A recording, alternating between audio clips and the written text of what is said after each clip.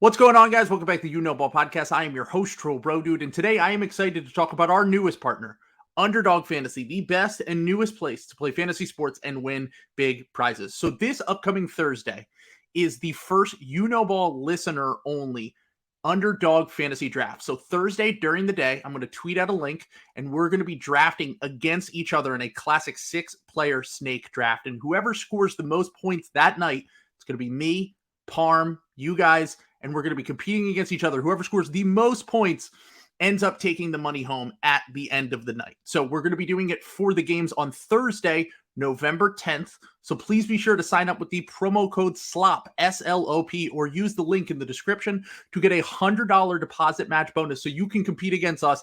It's going to be a lot of fun. So please check that out if you have not already.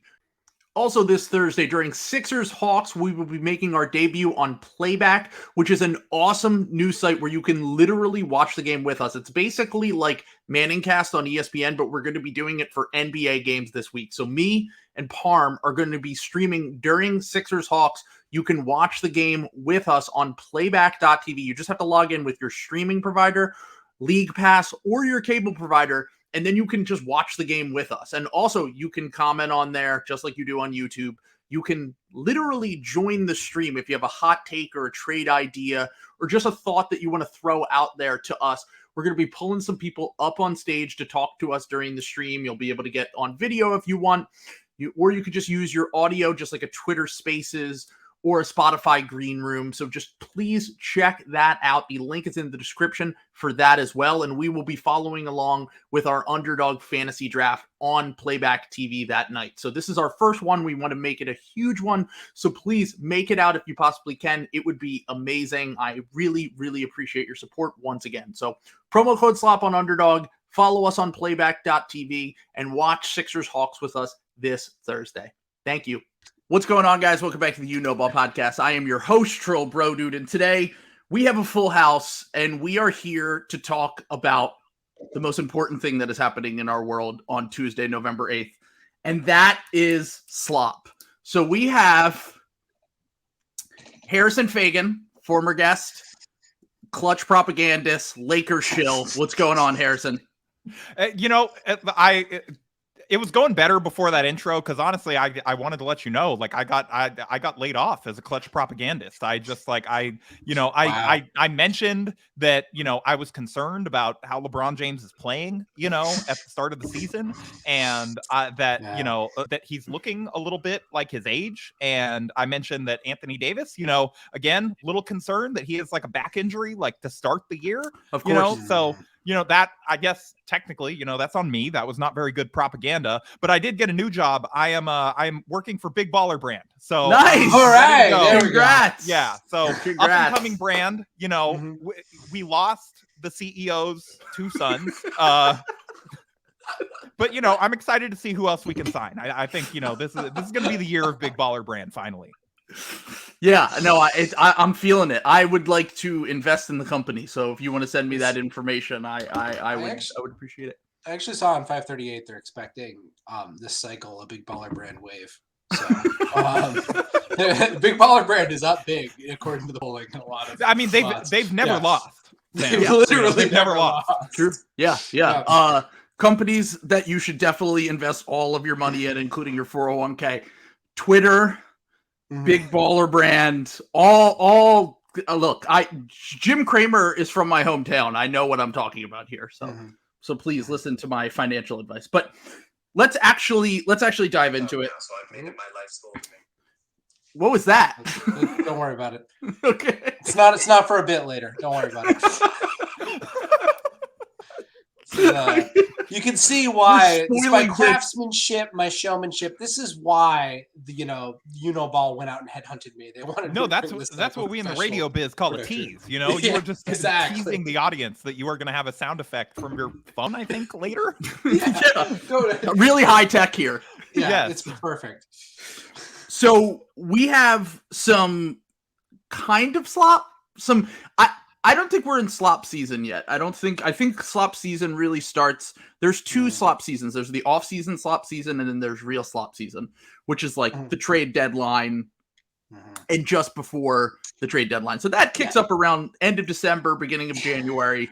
Now we're in pre-slop season. Yeah, the tannins aren't ready for the prime slop. So this is like kind of when you go through, you pick out the sickly slop, the low-hanging slop, and you make your lower you make your lower tier slop products, your jams, your jellies, those sorts of things. And that's the kind of slop season we're in right now. We're not getting verified slop from the slop purveyors, but we are getting Bill Simmons rumors. Which is about the closest thing you can get to a real piece of slop. But we actually did have some kind of slop drop today with Shams. Actually, perfect timing that Harrison is coming on to talk about AD and the Lakers, because Shams just came out with a report about 2 hours ago that the Lakers are basically moving away from those trades with Russell Westbrook and the 2 first-round picks that they've been discussing for Myles Turner, Buddy Hield, those kind of deals. And they have their sights on a star that currently has not asked out, obviously.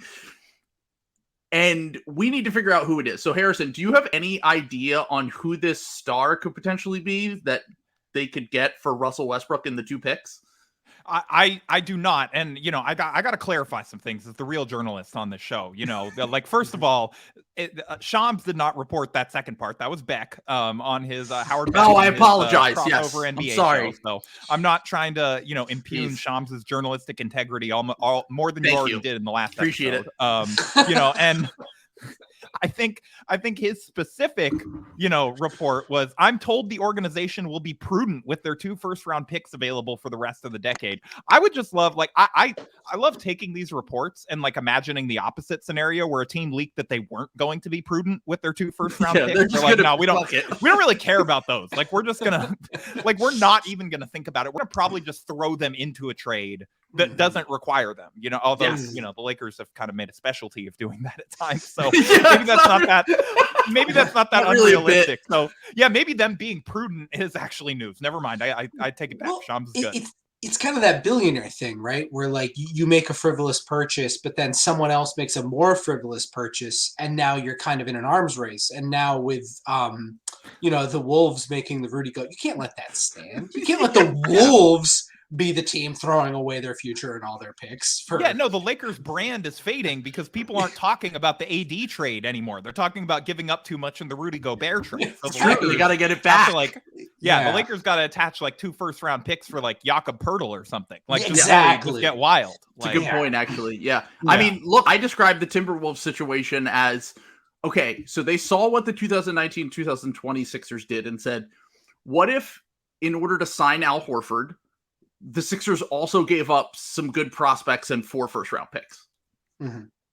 Chess, not checkers. That's what I exactly. Yeah. As far as the mystery star and who it might be, I don't know. It's it's the Lakers, and it's it's my favorite kind of scuttlebutt. It's the league fearing the Lakers, which is I think the source of 50% of anonymous offseason articles is GMs being oh, I think the Lakers, they got something up to something. The Lakers are going to steal our stars, and and then it's oh, they let Alex Caruso walk for nothing or whatever. And that was their big move that they used the LA market share to take advantage of. So I don't know. It's the league and or the Lakers probably think it's Giannis or something, but I don't know who it actually would be. I guess I have some ideas, but some of them are in some of my my fake trades here. So I don't want to tip my hand too much. Okay. So I won't tip your hand too much.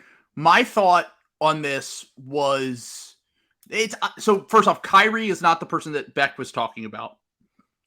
He said in there, Kyrie is not, that deal is also not something that they would pursue. There was about a week there where I was briefly horrified that the Lakers, given their not caring about off the court stuff in the over the years and various times, many sports teams, to be fair, but I was worried that we were going to get a leak about the Lakers feel like they can get Kyrie for a discount now because of his anti-Semitic documentary, and I'm just thankful we have not gotten that report yet. It also helps what was going on in the NHL and the Bruins with their little trying to bring in a guy who's problematic, and that's been a tremendous backlash. So I feel like teams are extra sensitive to not being awful right now. Yeah, the Nets, which is why they're like, we gotta wait a little bit to be awful. There's like a lot of heat right now. Yeah. We got to do awful things in a couple months. You know? Exactly. Give the Lakers 2 months, and they'll make some.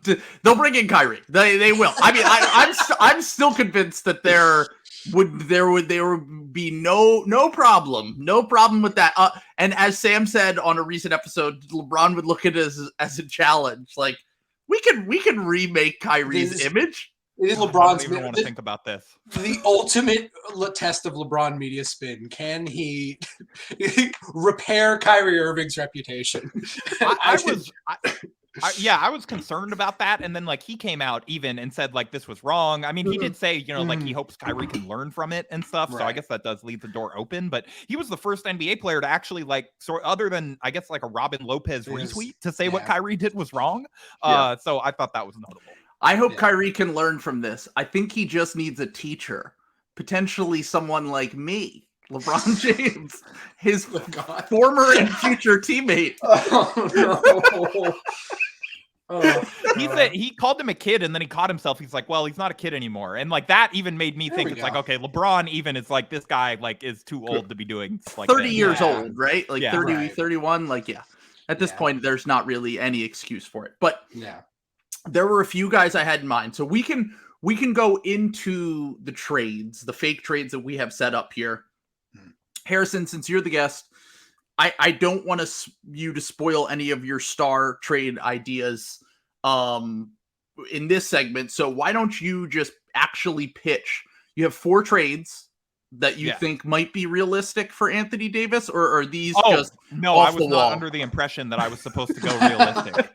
Okay, so these are war crimes. These are war crimes. Yeah. So I tried to look at it. So if I'm being realistic, and this was something that we talked about on the Silver Screen and Roll podcast yesterday, just I'll try to summarize briefly, but like the Lakers, I don't see them actually making an AD trade at midseason just because it's hard for me to think of a move that makes sense for both sides. Like none of the trades that anyone's really like pitched makes sense to me as a mid-season trade when you still have LeBron. You can't even trade LeBron. So it's not even like because of when LeBron signed his extension and how much he signed for, he can't be traded until next offseason.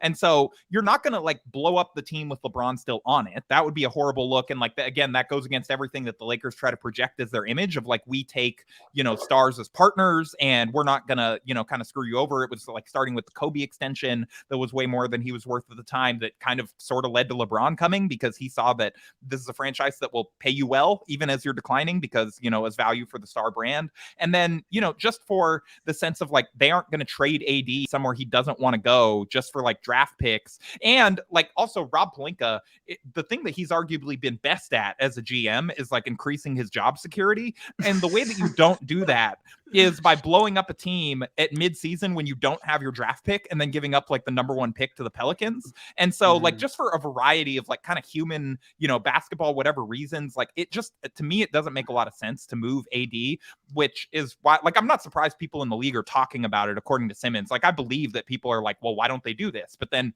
if you think about it for a little bit, I'm having maybe you guys will have some good ones, but I'm having a hard time thinking of like moves that sort of make sense that I actually think will happen. But that said, I did try to come up with the most like. But that said, we don't care. We don't care about that. Yeah, exactly. No. All reaction here, baby. That's all we're looking for. No thought out anything. Pure spectacle. Yeah. And so like sort of with, the ball ethos in mind, I just tried to come up with, I ended up coming up with 4 trades that fulfilled a couple of sort of obligations here. And, my main one was, does it massively overcorrect a previous issue that the team made?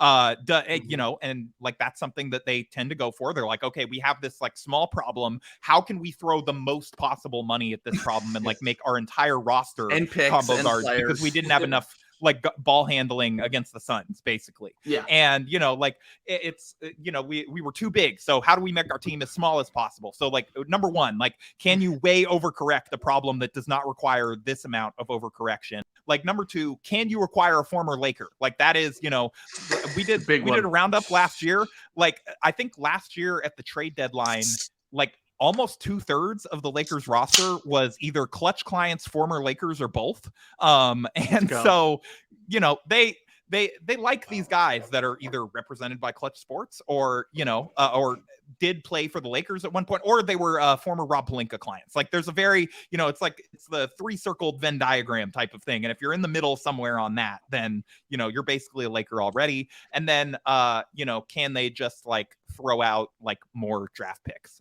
So I the first one that I came up with, and I checked all of these in Trade NBA just to make sure that they were like actually somewhat legal. You know, I don't know, like maybe the cap experts would quibble with them, but I did. Okay, so the Lakers in this trade, you know, they secure the fact that they can go ahead and tank. They reacquire a former Laker that the team criticized them for giving up. And so they trade in this one, Brandon Ingram, or they trade Anthony Davis and their 2027 first for Brandon Ingram and their 2023 pick back. They just get it back. So like everybody that's criticizing Rob for giving up that pick, he fixes that problem. They get Brandon Ingram back. Many people are saying the Lakers don't have enough wings. So why don't they give up their only playable big man for one wing who doesn't necessarily solve all of this team's problems, you know? But he is big. He's a big wing. So you still have size. That's like almost worth two. Right, you know? Exactly. My only problem with this is how much more do the Pelicans have to throw in? Yeah, I mean, you know, the Lakers have not necessarily made it a strong suit, like winning negotiations. I'm not really sure there is much more they have to throw in. Like, so if I'm following this correctly, Anthony Davis, top 75 player of all time, traded for one-time All-Star Brandon Ingram. Yes. You know what's funny though is when Harrison and the 2023 pick back, so they can tank. They can just shut Brandon Ingram down for the rest of the year, or just continue to be bad with him, I guess, like with the rest of this roster. I don't know. And you know what's funny is when Harrison was saying that, I was like, boy, I'm not sure that the Pelicans would. I'd be giving up a pick if I were the Pelicans, because that's where. Well, I guess that's the thing. This is a bit. Well, no. Well, hold on. So maybe we should get this out of the way before we start getting into trades and valuations and everything. Is what do we think is Anthony Davis? Like, where is Anthony Davis in his career? Because I think identifying that really informs his value. You know, like certainly not getting you back Brandon Ingram in a trade, but I think that so what they talked about on the Bill podcast was what kind of guys are you looking to get back? What kind of prospects, what kind of picks, whatever, for a guy who, at least it seems like, is pretty sharply on the decline. So, but that's what I want to talk about, because I feel like that's an under-discussed aspect of Anthony Davis himself, because I think you can, if you're the Lakers and you're smart, which I know is a little bit of a I believe Rambis is the most powerful man in the front office right now. So I'm not, your premise is falling apart a little bit, but right. But you know, like what I would think is there's got to be someone who believes in Anthony Davis. You know what I'm saying? Because you don't have to squint that hard. I mean, we've talked about this, about how he's 2 years removed from being, one could argue, the best player on a championship team. I mean, ESPN had him ranked as the #1 player coming into that next season. And they're like, I know NBA rank is like not a perfect exercise, but he was very highly thought of. And I guess that's what I'm saying is, it's like, you know, because my concern as a team, if I were getting Anthony Davis, is that he would be injured. And that hasn't been, well, yes, he sat like 1 or 2 games. What I'm saying, there hasn't been like a serious injury. If we can get to prime slop season without a strong Anthony Davis thing, and he's still like, there is a team could talk themselves into being like, this is a buy low opportunity with Anthony Davis, you know, like I think that is interesting, because I think there are GMs who think of themselves as smarter than everybody, and this is kind of a challenge almost in some way.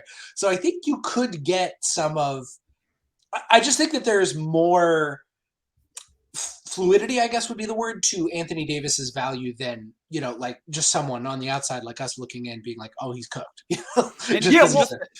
I just wanted to add on to that really quick. Like, he would look a lot better. Mostly, like, he's already been one of the best defensive players in the league this year when he's been playing. And, you know, the offense hasn't quite been there, but this is also like maybe the worst offensive like fit to try and optimize Anthony Davis. Like, the Lakers have been like basically the worst 3-point shooting team in history. And like, rather than just like kind of vanilla bad. And I think if you put him on a team with some playmaking and, you know, some shooting around him, he would all of a sudden look a whole lot better than he has so far offensively. Yeah, you want to get him into the play finishing role that he thrived in when he was.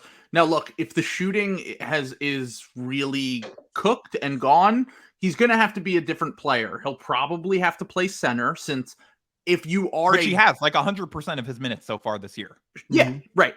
And so if that is the case, he'll probably have to play center. And as I say that, some of my fake trades fall apart in my brain that I have planned out. But let's just roll with it. So I think that because you'll need shooting to optimize him at every other position, you could talk yourself into that because he's such a good defender still. And he's such a good rolling big man that if he has that pick and roll partner, if he were to get traded to a team with a high leverage playmaker, like if you plugged him into the Cleveland Cavs for Evan Mobley right now, they'd probably be really good, and he'd probably look awesome with two great shot creators with another rim protector on the floor. Now, maybe there's a little bit less shooting than you would want because of the fact that Jared Allen also is not a shooter, but, you know, it's probably something that you can work through. Evan Mobley isn't a knockdown shooter at this point in his career either. I think there are teams that could talk themselves into it. The question is, what is the price? What would it take for the Lakers to consider moving on from a guy who they gave up their entire prospect haul, pick haul, basically everything, like a decade of picks between the prospects and the like the outgoing picks. And we already know one was already good, two were already good. The fourth pick in that draft, which could have been Garland, ended up being a pick that they traded for, and DeAndre Hunter was selected there. The Dyson Daniels pick from this last year was a Lakers pick. This year is going to be a Lakers pick and should be good as well. I think there are a lot of things that they gave up. I mean, we know Brandon Ingram's good. We know Josh Hart's good. We know Lonzo, when healthy, is good. So you really have to, you can't really look at it as like, we're going to recoup all the value that we lost for AD, because he's just not the same player he was 2 or 3 years ago. And you already got, you got the, like 1 year of incredible value, and then the last 2 won the years championship. as well. Like that was part of what you were trading for. Yeah, exactly. As Brian Windhorst says, winning the championship means never having to say you're sorry. No, don't say that. I hear you calling it a bubble rant. I listened to the last episode. Don't pretend to respect the Lakers title. What's going on in the You Know Ball podcast? This two-faced Sam Sheehan is pandering to the guests while calling them a rat bubble team when he's away. I'm a Celtics fan. That's right. I do opposition research before I go on as a guest on the pod. He's scouting before he comes on the pod. But yeah, winning the championship means never having to say you're sorry, which I don't really understand. The Lakers took that literally. They're like, we never have to apologize for what we have done to the roster since then. They're like, we're going to terrorize it. Let's pick the entire team apart from exactly what won us that title and do the exact opposite. Yeah, no, I mean, we've had a running bit, me and my co-host, that like there's no one that thinks that title was a bigger bubble fraud than Rob Pelinka, because of how he's like systematically dismantled it. He's like, that'll never work in another environment. Let me just try and put together a team that's just AD, LeBron, and then like 12 6'4" guards. Like that is the complete opposite of the recipe that we had there, and it's going to work. It is. It's clearly working. Yeah, no, I mean, the other, like, on the AD, like, fake trades and stuff, like, the other one that, Simmons mentioned with the hilarious Verno impression that was, like, actually really good, was the AD to, like, Memphis. Like, AD on Memphis would look incredible for JJJ. Mm-hmm. Like, I get that, Grizzlies fans and, like, just NBA fans as a whole, like, probably are not going to value Anthony Davis as much as he probably could be because of a lot of the narratives around him, and then also the very real health stuff the last couple of years. But, like, he would look incredible on the Grizzlies Grizzlies. Next to Ja with that shooting, you have Steven Adams to kind of handle some of the post banging. Like, it just pretty much any team that has shooting and ball handling, the one of which the Lakers are sorely lacking, I think he'd look a lot better on than he already does. No, and I also think that's a perfect team just because, with the Lakers, you get this identity, you get all this negative attention, you're at scrutiny, you're under the bright lights.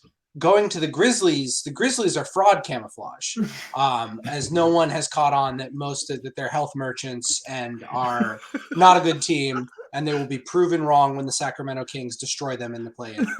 And the narrative, sticking to my guns on this. The narrative, there, if AD is playing through injury, he's gritting and grinding through it. Exactly. It's not that he's not street clothes. He's, that's just that gritty Memphis spirit that he's playing through his finger owie, like I'm doing a bit, but I really think his national media narrative would flip instantly if he was on the Grizzlies. Like, not joking. Like, he would become I just don't want Verno to end up in a psych ward if they trade Jaren Jackson Jr. for he loves Jaren Jackson Jr. more than any player in the NBA. So I think that would be here's the thing.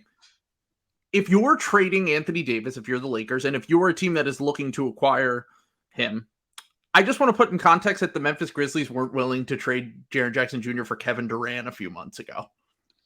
And Kevin Durant is 20 times better than Anthony Davis. And he's also older.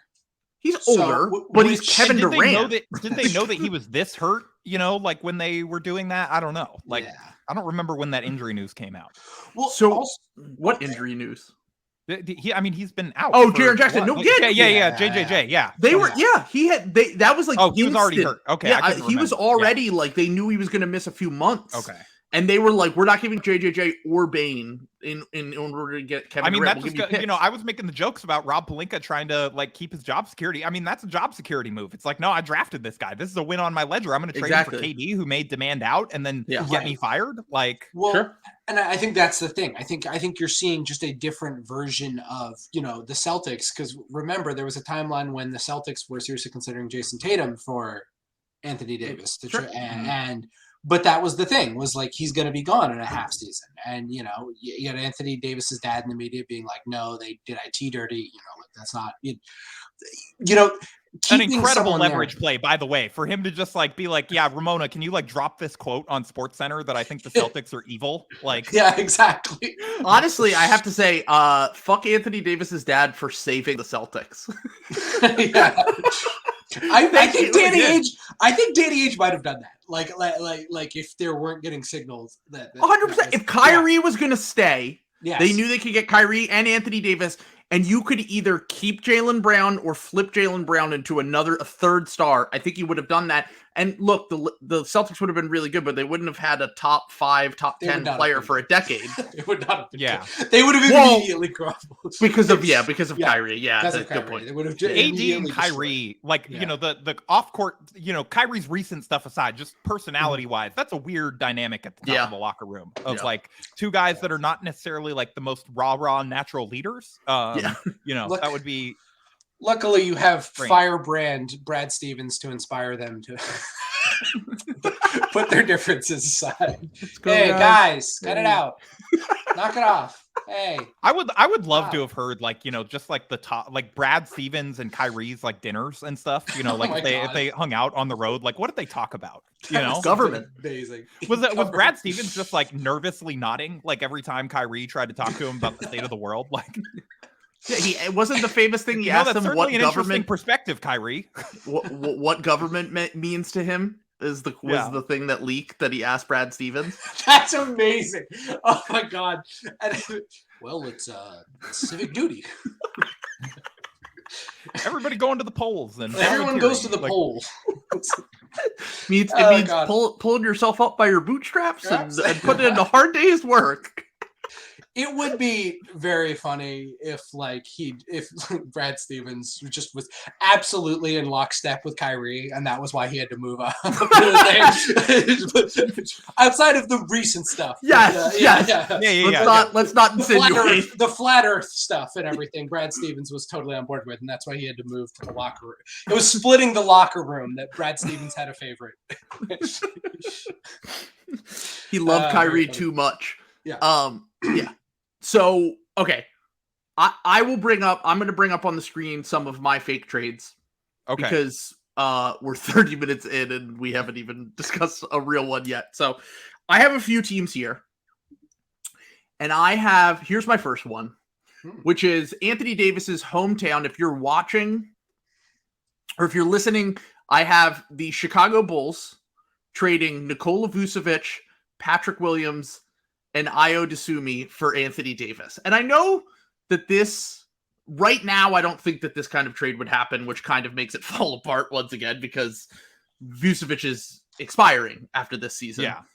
But this kind of trade, first off, the Bulls are a little bit pick poor because of the fact that they already traded a pick for DeMar DeRozan. They traded a pick for Vooch. So right now, the picks that they have access to are like the Lakers ones, like 27, 29. They traded 23, this upcoming one. They traded 25. So finding a trade for them based around picks is tough. It also involves lifting protections. So correct. So they would have to unprotect the picks that are already protected to the Spurs and the Magic that they have sent out in the Vucevic and DeRozan trades. Right. So this is from the Lakers' perspective. You're basically just saying we're like draft Twitter sickos and we believe in Patrick Williams and Ayo's a good prospect and at least Vooch will help us remain competitive for the time being. I don't think it's super realistic, but in the scenario that the Bulls are trading for Anthony Davis, I don't see a world in which they give up Zach LaVine because, I mean, what's that? I said interesting. No, I was saying I agree. I just don't think that they're good. They just signed him to a 5-year contract. He's also a clutch guy. That's part of it as well. He apparently wants to be in Chicago. I don't know how long that's going to last. And then also on top of that, you have the fact that I don't know, what are you going to so then your core is going to be DeMar, Vooch, and Anthony Davis. It's a bit clunky. I don't know. I'll put it like this. I don't think there's anyone on the Chicago Bulls that I would consider off limits for Anthony Davis. Because I think that Anthony Davis, I mean, you could make the argument DeMar's better, but if you're trying to build a championship team or a contender, Anthony Davis might be more valuable.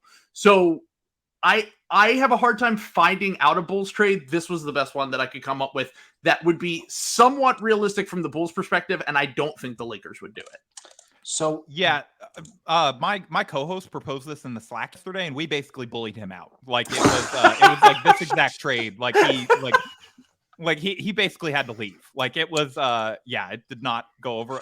I get where you're saying and all of that, from the Bulls perspective and everything. I just if I'm the Lakers, why do I do this? I guess you'd have to really, really believe in those guys, and even still, you'd have to think that you'd have to be getting more. And, it would really be if the Lakers were trading for those kind of far out picks in this kind of deal from the team that they were sending AD to, if I'm the team receiving AD, that would almost give me some pause and concern if they're no, we don't think this guy's going to be good in a couple years. We think he's going to be really bad. We just had him and we are confident that your 2027 pick is going to be great.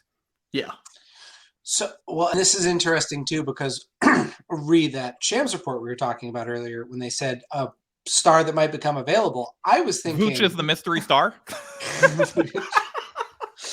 Well, I was thinking DeRozan. I'm not gonna and I think that is the that I think that's someone the Lakers think they could target. I think that there's a lot of if they're playing the waiting game, I'm thinking of teams where the bottom might fall out from under them. I don't think that's really happened with the Bulls yet. Did you say his last name is pronounced Dosunmu? I was always saying Dosunmu. Yeah. It's you're right. You're correct. Okay, So, okay, yeah, I was just, you guys know way more about the draft than I do. I was just going to go with it. I'm like, yep, I guess that's how that's Io Dosunmu, whatever, it doesn't matter. Dosunmu, yeah. So Io, well, that's what I'm saying. Io is actually like a really legit prospect. Like he's solid, very good. Yeah, he's very good. So like, and I think like is exactly what they need. I mean, my tweak would be like just sort of fulfill a requirement that Harrison brought up earlier of bringing back a Laker. Why not Caruso, DeRozan and Caruso for Anthony that Davis? Would be. So I also had a fake Bulls trade, and I didn't even think about including Caruso in it because I guess I didn't look at it for long enough. You can have Lonzo too.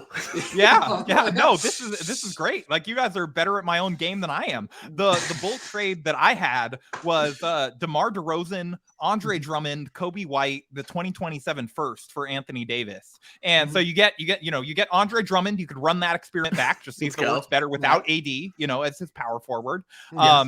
You get for along the same lines as the Caruso thing, there are two Bulls from that summer that Rob Pelinka constantly gets criticized for not getting, and it's for letting Caruso walk for nothing because he was not willing to take less to save them money on taxes. That is a real thing they asked him to do. For not getting DeMar instead of Russ, who I also like. I don't think we would be talking about DeMar the way that we do now if he had come to this situation. Like it would not be a much better fit for him here than it was with Westbrook. There's just you'd still have all the same fundamental issues of just like no shooting, nothing to allow him to do what he's best at. And I think that would have gone almost just as much in flames. Like DeMar's probably better, so maybe it goes a little better, but than the absolute dumpster fire that last year was. But yeah, I mean, so it's hard to find a Chicago one, I guess is the reference. Back to Sam's thing about DeMar being the guy. DeMar was another guy that I had thought of, and I think that everyone I remember going back. One of the first names that came to mind for me. Yeah. And before Zach Lowe stole my idea, which was the Bulls blowing it up and trading for Russ in those two picks, I had pitched something similar. DeMar was the guy that they would get back. But if this is in the scenario that they keep Anthony Davis and LeBron James, they get DeMar for Russ and the two picks, and then whatever filler that they need to make that trade work, which actually is a decent amount of money because Russ makes like 15 million more. 47. Yeah. He makes like 20 million more than DeMar, which is crazy. So like you'd have to take back like Lonzo or Caruso and something else, or Vooch, or that there has to be something there. But I will say I agree with you. I still don't think DeMar's what do you want when you put guys around LeBron James and Anthony Davis? If they were to trade for DeMar, it would just literally be that they got like bullied for his counting numbers last year and by Lakers fans online. That's like, how did you trade for, you didn't want this guy, you passed on him for Russ? It's like, well, he'd probably be putting up similar numbers to Russ, like because the basketball fit would have been almost as bad. Exactly. You want guys who can shoot and you want guys who can defend. DeMar is good at everything but those two things when it comes to three-point shooting and defense. Like he's going to be a mid-range guy who operates on the ball. He wants to run pick and roll. He wants to cook. He's a hooper. Like, I don't see any reason why they would ever pursue DeMar DeRozan back in a trade, whether it's for Anthony Davis or without Anthony Davis. I just like LeBron and DeMar just don't fit together. Even if talent-wise, he's much better than Russ at this point. So, well, that would be my counter argument would be that it's a huge difference trading for DeMar with Anthony Davis on the roster versus sending Anthony Davis out in the trade for DeMar DeRozan. Yes. Because you are assuming that Russell Westbrook is part of the future of this team. So I think it's easier. The LeBron-Anthony Davis fit when Anthony Davis is not shooting well is always going to be almost impossible to build around, especially when you're low on. Unless you have a ton of shooting. Unless you have a bunch of 3-and-D role players that you then like trade away for more ball handling and small guards. Well, and that's the thing is just that they're that's such a premium on shooting, and they are so like asset poor. Like this is where you end up with last second hero Matt Ryan being part of the roster, and an important one because he gives some shooting that they the Lakers are like clutch heroics from a DoorDash driver away from being 1-9. It's rough. So he literally not a bit. He was doing DoorDash not that like a few months ago. Matt Ryan, and he literally won the Lakers a game. And yeah, they would I be started one calling him the Dash Mamba. That's where we're trying to get that catch on. 5-star rating, baby. Okay, so if Johnny Davis, who's apparently the worst basketball player in the world, can get a Taco Bell sponsorship before the draft, how has Matt Ryan not got a DoorDash sponsorship already? What's hilarious is it's either DoorDash or Postmates. One of them has been tweeting about him, and so it's like at some point, like, shouldn't you just be paying him to have like an ad spot on Spectrum? I feel like this is like an easy deal to cut together, you know? Like, they're like, look, we'll exploit you for your labor, but we're not going to give you money now that you're famous. Come on. He's got to say no free clout on that. I'm looking forward to him in Trainwreck. Matt Ryan, this clout shit funny to me. He's just acting like Kuzma. Yeah, I would just like they say about Ohio State University. I think he should just refer himself as the Matt Ryan. You gotta take it from the Colts quarterback. It's time. I think he's earned it. You know, yeah. How many does the Colts quarterback hit this year? You know, right. Well, the only reason the Lakers signed him was because they were like, we need more wash guys. Bring in Matt Ryan. He's got a similar name. Come on. Who's this guy? He was good 5 years ago, 10 years ago. Come on. All right. Let's move on to another more realistic trade here. That I don't even know if it's necessarily that realistic, but the one team that I've heard come up over the last few days is the Portland Trail Blazers. Interesting. And okay. Here's my thing with the Portland Trail Blazers. I think if they make this trade, they're obviously not going to give up Damian Lillard. I'm sure, Harrison, you had a fake trade based around them getting Damian Lillard. Am I right? Oh, you know it. I know that he's been linked to the Lakers, but in the scenario where you're getting rid of Anthony Davis, I don't think that Dame's not asking out of Portland. Like, I'm done with that. I'm done with it. And if he does, good for him, whatever. I don't care about it. I'm done with Bradley Beal. I'm done with Damian Lillard. Just let them do whatever they want to do, and then talk to me when they actually ask out. So we have Anthony Davis going to the Trailblazers. We have the Lakers getting back Jeremy Grant, Shaedon Sharpe, Justice Winslow. I always call him Justice. I have no fucking idea why.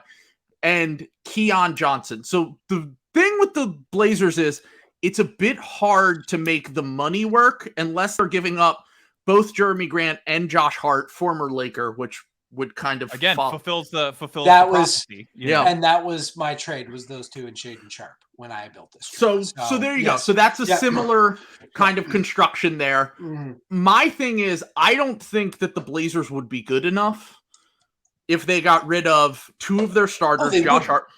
They wouldn't. There's no doubt. Right. But you're getting a star. You know what I'm saying? Like, it's about showing Dame this. Sure. You know what I'm saying? Because I think Jeremy Grant's expiring, right? Correct. So what you're giving up your draft pick and Josh Hart, who's good. I really like Josh Hart, rebound god. I always think that's great when a guy is like 6'6" and he's like rebounding like a center. That's awesome. Yeah, the Lakers would call him Josh Barkley as a young player. That was like something they tried to get to catch on. Yeah. So that's all great. And I think that trade would really help the Lakers, like really help the Lakers. I think the Lakers would immediately get better. Would they get playoff better? I don't know, but they would get better in the interim. And I think you would be sending some picks if you're Portland. They don't have a ton. But you also get Shaedon Sharpe. So there's like a little bit of a future, like, you know, there's a little something in there. The upside play, quote unquote. Quote unquote, yeah. And I don't know. I mean, I don't think the Portland is going to do this while everything is peaches and cream over there right now. But like maybe in December when they hit a little bit of a slump and, you know, they've lost, I don't know, 10 out of 15 or something like that. You can come back to this. But I don't think this is that.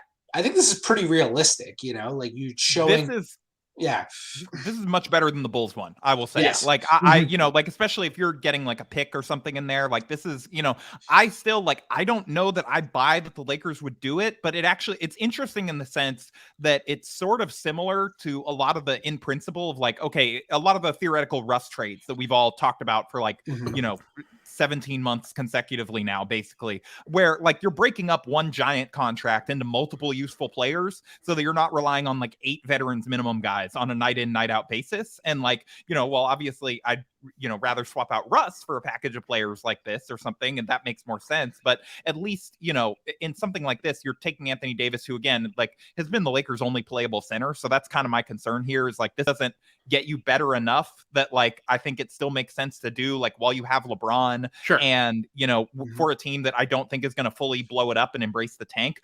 But this is closer to where maybe you can sell that as like, okay, we're increasing our wing depth. We can get a couple centers, on the buyout market, veterans minimum, whatever, and maybe this will work. We know the AD thing's not.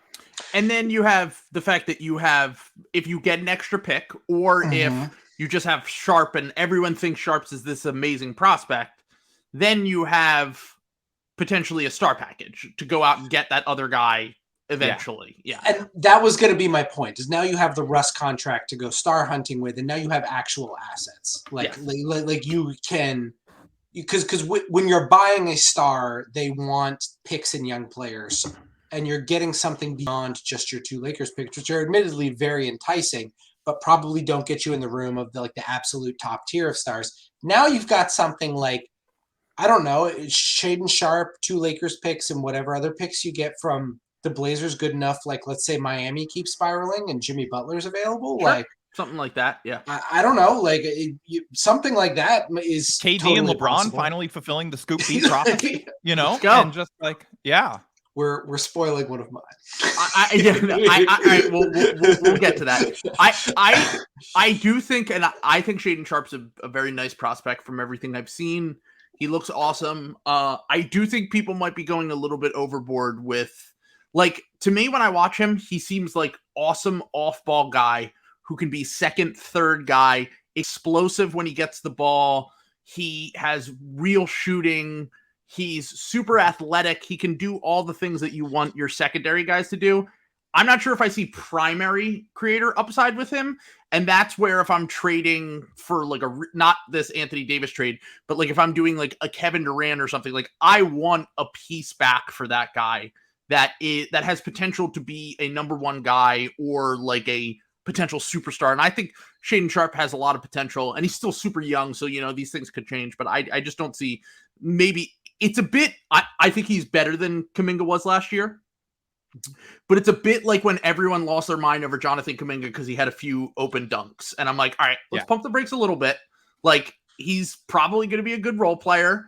I don't know if he has superstar upside. Let's calm down, Bill Simmons. So that's where I'm at with Shaedon Sharp right now. I think he's good. I want to see a lot more with him with the ball to really get to the point where I'm like, oh, he's going to be the core piece in a superstar trade. So that's just kind of how I look at it. And also, I'm not considering, I think Anthony Davis is more like a lower end all-star now than he, 2 or 3 years ago, where I would have considered him a top 10 player. So it's a completely different conversation. It's hard to argue he's a top 10 player at this point. Like, maybe if all the health stuff starts to go right, then like maybe he reaches that level again, like the shot kind of rebounds a little bit. But at this point, I think like he's like top 20, top 25. Yeah. Like, I mean, like that's kind of the range that we're looking at right now for him. All right.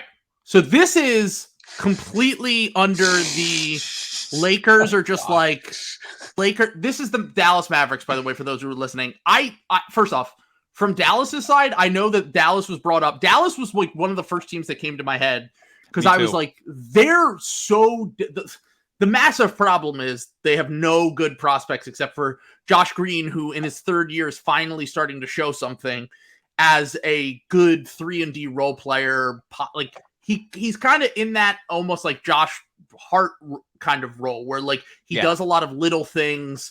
He's a very good connective passer, very athletic, but like he's not someone that you're like dying to get on your team if you're trading your star. So that is really their best prospect. They have a ton of contracts that they can move, but there's a reason why I don't think a Mavericks trade is super realistic.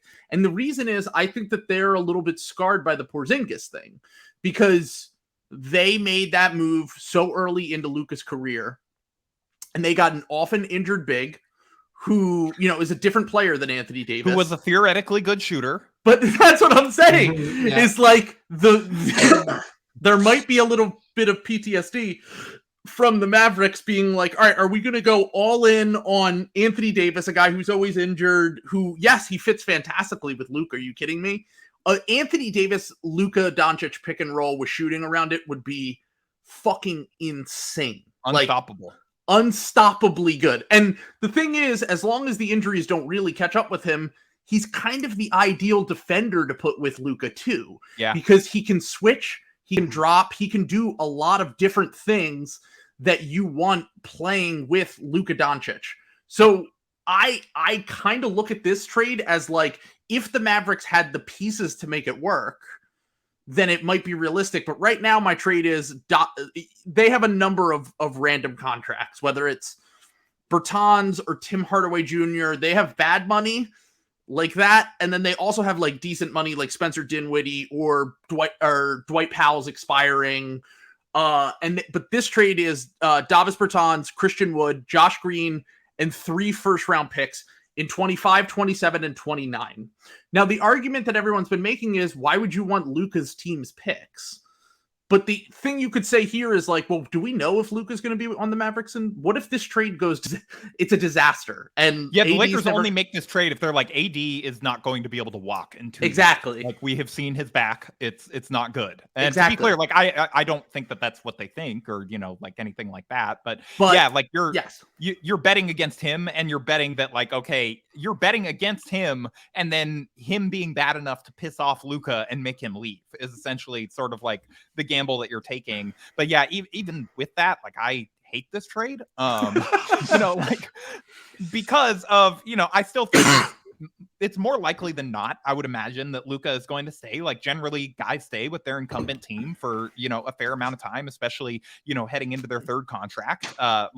Those teams can pay him the most money. And also, like, the Bertans contract is awful. And so, yes, you know, you're having to absorb that while giving up just for 1 pick. Like, that would take a pick just to take that back. Yeah. And then you're looking at it like Christian Wood, Josh Green, and 2 first-round picks for Anthony Davis. Expiring. Yeah, probably exactly. Not going to stay with the team. Like, why would you re-sign him if you're going in this direction? You know, Josh Green and, like, you know, 2 picks. I don't know. For me, that doesn't get it done. Yeah. Yeah, I'm kind of with you in that regard. I probably wouldn't do this if I'm the Lakers, but this was the only one that I could come up with from the Mavericks that is like somewhat realistic. You're basically just hoping that Josh Green is a guy and there are a lot of picks that they can offer. Yeah, I just don't think that there's enough, because I think you need to at least gesture at the present in any. Sure. I know you're trading AD, so that seems counterintuitive, but I think you need to at least be able to make an argument we're making a fit change here, you know, right, which you can do in the Portland trade. You know, Jeremy Grant is more of a shooter than Anthony Davis is, you know, different, can fit better, whatever, can play the 3 while LeBron plays the 4. Yeah, whatever fantasy. The only way this trade happens is if Christian Wood goes off for like 45 against the Lakers, and LeBron's like, I need that guy, and I'm going to teach him how to win and contribute to a winner. Like, I haven't seen AD shoot like that. You need the Doc Rivers thing. You need the Doc Rivers exactly. where Doc sees another guy and he's like, that's Shake Milton's the greatest player I've ever seen in my life, and he'll be in the Sixers rotation 4 years after he scores 40 points on my team, even though he's terrible now. Well, that's also then, like, the LeBron thing, though. Look, it is. Vaz Napier and Suggs. Yeah. You remember LeBron's thing is not he played well against my team. It's like he played well against my son's team. So I wanted to go and get him, you know, in the draft. I've been scouting him since 7th grade, you know. It's true. I love the LeBron tweet about knowing that Suggs was going to pull up. Let's go. LeBron like preemptively took credit for Talen Horton-Tucker after a couple preseason games. He was like fully ready to put that one on his scouting ledger. And, you know, look, maybe, you know, like THT kind of bounces back and ends up having the career that he looked like he might have during those good preseason games. But right now, that's not necessarily looking like a win for the scout. I said earlier, that's the star that the Lakers are waiting for, to THT. To be very Lakers to trade for him back. That's what gave me the idea for the Ingram one. So who's the number 1 team in the West? Right now it's the Jazz, right? Yeah, okay. Who does Talen Horton-Tucker play for? Jazz. The defense rests. The defense rests. LeBron innocent. LeBron was correct. He did have 2 nice dunks against the Lakers last night. He was like, I appreciate how personally Talen Horton-Tucker took that trade. He one of the local beat reporters here asked him about how is it going to feel to get a tribute video tonight? And he's like, oh, they're going to give me a tribute video? Like, I wouldn't think so because they traded me. And which is so funny. It's so funny that Talen Horton-Tucker, a below replacement level player in his career who would have never gotten any hype if he played for any other team in the NBA, is angry at the Lakers for making him super famous and paying him a ton of money that he is not worth. I will admit though, like, it's gotta be annoying to have your name become synonymous with trade no one wants to make. like everyone was calling that the Talen Horton-Tucker, the Talen Horton-Tucker and 2 picks. Like, the Talen Horton-Tucker Kendrick Nunn poo-poo platter. You know exactly. I would probably be a little pissed about that as well, to be honest. I get it. I'm not like most disrespected Klutch client by the Lakers of all time. Yes. I think it's like without argument. And then and LeBron basically accused J.R. Smith of costing them a final. So it's a competitive like field. Sam, you want to do your Bill Burr? Well, let's save it for next time because okay, I don't want to get Harrison in trouble. Let's go. I appreciate that. Thank you, Sam. Yes. All right. I don't want to put you in a compromising position. Tease that one. Oh, you motherfucker! I stole this one from you. This is an exact one I have. Yes. So it says failed, but this trade can be made on December 15th. It's the December thing. Yeah. So it basically solves the Suns and the Lakers issues, which is that the Lakers. All right. So for anyone who's listening, Anthony Davis goes to the Suns. The Lakers get both Jay Crowder, who they could keep or they could flip. Either or. I think there are teams out there that would give up a first round pick for Jay Crowder. I think there are teams out there that would I think by the time December 15th and January 15th comes around, there are going to be teams like the Heat and Zach Lowe and the Bucks guy on the podcast today hinted at the fact that the Bucks might even be interested in Crowder still around that time. I think there are teams out there. So basically the Lakers get DeAndre Ayton, who does not want to play for the Suns. The Suns seemingly don't even really want him. And they get their young prospect to kind of do a reset or a rebuild or whatever. Very good player. You know, he makes a lot of money, but he's still young, very good fit with LeBron. And then also Anthony Davis to the Suns kind of makes sense too. Like the Suns need to win now. And Anthony Davis is by far the best player you could ever get back for DeAndre Ayton at this point. So I don't know. Maybe the Suns want to go in a different direction. But leaking that they like hate DeAndre Ayton personally. Like, this was my favorite trade that I came up with because you came up with it. I came up with. It's my trade. Trill presented it, but it's my trade. He stole it from me. I don't know how. He installed malware on my computer. This is the one that I just think it makes sense. You know what I'm saying? Like this is. It makes the Lakers make more sense. It makes it solves a problem for the Suns because that's what you're looking for in the Lakers, a team that has a problem. And the Suns have a problem with Jay Crowder and DeAndre Ayton. You know, like they're winning games. So right now, I don't think, but I think once the Suns start losing, if that happens, everyone's gonna be like, "Hey, why is Jay Crowder not playing again?" Yeah, the Suns are gonna start losing. Weird. I watched them play last night. Chris Paul got injured; he looks cooked. Cam Johnson was a very important part of their team. They don't have Jay Crowder. Like, I think the Suns are in big trouble. Like, they lost to the Sixers without Harden, and I thought the Sixers looked much better, but I would be concerned if I were a Suns fan. Well, and just like. Because the only problem I have with this is you're helping out a division rival and giving them a young-ish star. Harrison, are you concerned about trading Anthony Davis within the division to pair with Devin Booker for the future of Lakers-Suns rivalry? So, I mean, of course, but also, like, I don't know how many years AD has left at like a really high level. Like, I know he's not that old, but I don't like the He's way that 29. his body has, dealt with stuff. Like, I don't think that this is going to be a guy that's going to be playing well into his 30s, or at least not at like a super high level, super reliable. Like, I think he could still have another couple good years in him. But I like, as far as the division thing, sort of no, just because the Lakers aren't going anywhere anyway. Like, the Lakers aren't going to win the division this year. So it doesn't really matter like where they trade Anthony Davis in regards to that. And this is the first one that I've seen, from the, like the Blazers one, maybe kind of, but that's still a little weird. Like, it would be an imbalanced roster, way too small. Yeah. But like this one is, I actually had not even thought about the Suns, just because, we think of them as like kind of, they're this team that's been together a while. They're consistent, winning, whatever. Like, they're not going to make a major trade like this. But, the reasons you laid out, like, theoretically, this is one that I could see sort of making sense for both sides as ways to deal with problems that they're having. And for the Lakers, just a way to basically acquire Jay Crowder without having to, sort of get an extra wing, get a big guy that is probably, I guess, not close to AD's level, but can at least give them something, play at a high level, be like a really good center, that sort of makes their team deeper as well. Like, these are the kind of trades that I would think that they'd be looking for most likely. So the biggest concern here that I have from the Lakers perspective is, do you think Jeannie Buss could take that extra 3.1 million, small business owner?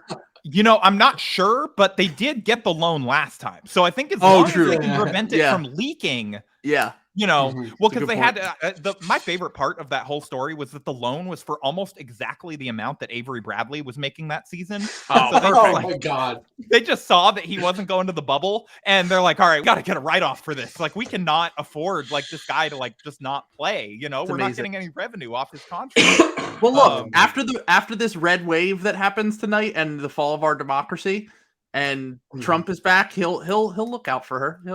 He'll have her back. So I think looking out for small businesses. Well, and once the Suns are sold, I think Obama would love having fellow Chicagoite Anthony Davis on the roster when he buys the team. So this is let's go. Yeah, the agent community is talking about it. Yeah.